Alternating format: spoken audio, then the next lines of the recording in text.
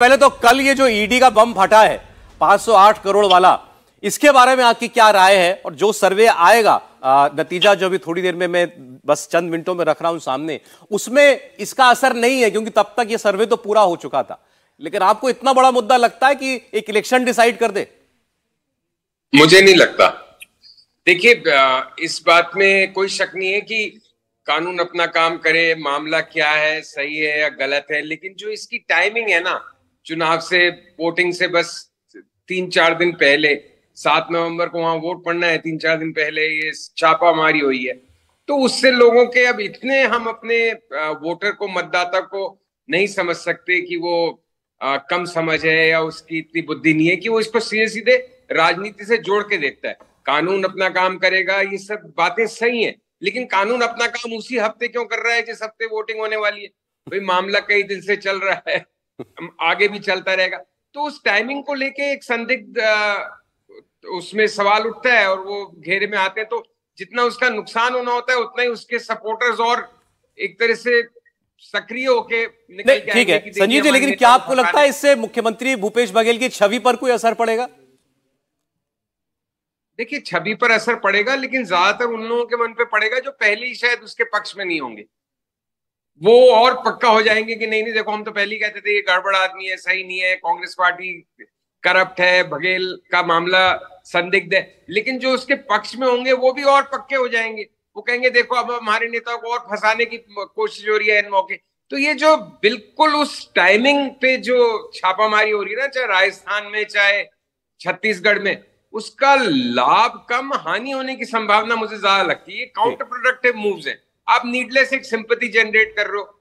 जो चुनाव जीत रहा है या जनता की नजर में आगे है, आप उसको अंडरडॉग और बना रहे हो उस समय उस पर छापेमारी करके, कि मतलब वो पहले ही जीत रहा है, उसको बेचारा बनाने की क्या जरूरत है? बेचारे के भी वोट मिलेंगे अब उसको। ठीक है, अगर कुछ लोगों को लगता है कि इसका नुकसान हो सकता है भूपेश बघेल को, तो उनको सिंपैथी भी मिल सकती है, ऐसा भी समझा जा सकता है। हर्षवर्धन जी? बिल्कुल नहीं। देखिए, संजीव जी जो कह रहे हैं वो आमतौर पर राजनीति में यूं ही होता है, लेकिन जो मैंने शुरू में भी कहा, तब संजीव जी जुड़े नहीं थे, कि कर्नाटक में जैसे था बासवराज बोम्मई के ऊपर कोई आरोप ही नहीं थे, भूपेश बघेल पर तो लंबे समय से आरोप हैं। कौन सी एजेंसी नहीं है जो जांच नहीं कर रही? शराब घोटाले की जांच, बड़े बड़े अधिकारी वहां से भगोड़े हो जाते हैं, जो गोबर का कहें कि उपला, कंडी, गोठान, जो कहिए जिस भाषा में आप समझते हो, उसका तक घोटाला हो गया। और ये जो महादेव ऐप वाला है, ये इसी 5 साल में इतना बड़ा आदमी हो गया, सट्टेबाजी करा करा के। आप पूरे भिलाई दुर्ग के एरिया में चले जाइए, सौरभ चंद्राकर के कारनामे, जूस कॉर्नर से कैसे इतना बड़ा आदमी बन गया, वो सब बताएंगे। जब ये इस तरह से होता है तो ठीक बात है कि दोनों तरफ की खेमेबंदी पक्की होगी, लेकिन क्या लोगों के मन में यह संदेह नहीं आएगा कि कांग्रेस पार्टी ने क्यों भूपेश बघेल को आखिरी समय में चेहरा नहीं बनाया? एक प्रचार सामग्री है जो सरकार की तरफ से आती है, उसमें भूपेश बघेल दिखते हैं, टीएस सिंहदेव तक नहीं दिखते। प्रदेश अध्यक्ष को छोड़ दीजिए, जो छत्तीसगढ़ प्रदेश कांग्रेस कमेटी की प्रचार सामग्री है, आप पूरे इलाके में, पूरे छत्तीसगढ़ में घूम जाइए, आप कहीं की भी फोटो खींच लीजिए कांग्रेस की प्रचार सामग्री की, उसमें आपको 5 नेताओं की फोटो मिलेगी, भूपेश बघेल नहीं मिलते हैं अकेले। इसका मतलब क्या हुआ?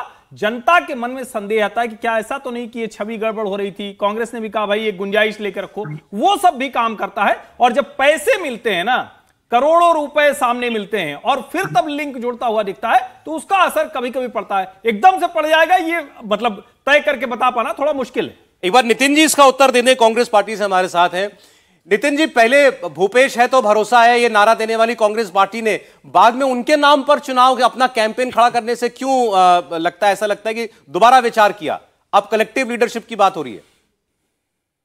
देखिए, आज पार्टी का चेहरा भूपेश बघेल ही है। हम तो आज भी कह रहे हैं भूपेश है तो भरोसा है।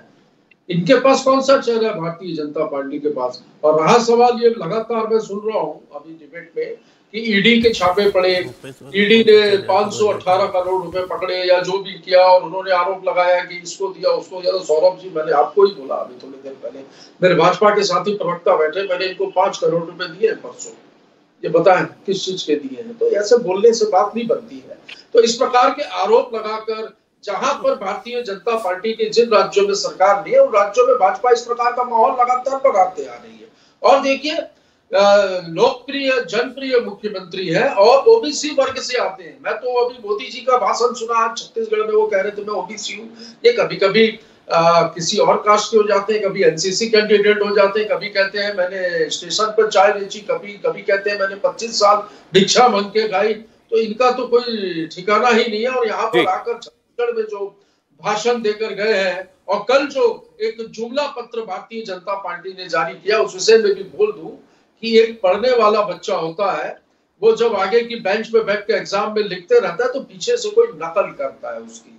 तो नकल करने के लिए भी भाई साहब अकल चाहिए। हमारी जो घोषणा है, जो हमारी गारंटियां लगातार हम पिछले 15 दिनों में राहुल गांधी जी, प्रियंका गांधी जी, भूपेश जी ने जो लगातार गारंटियों की घोषणा की, उसकी कॉपी करने का काफी हद तक प्रयास किया। तेंदुपत्ता संग्राहकों को ये कहे कि वहां पर चप्पल देंगे बोला था। मैं बता दूं आपको शायद जानकारी नहीं होगी, भारतीय जनता पार्टी के शासनकाल में चप्पल बांटते थे, उनको आदिवासियों को एक चप्पल 5 नंबर की और एक चप्पल 7 नंबर की देते थे।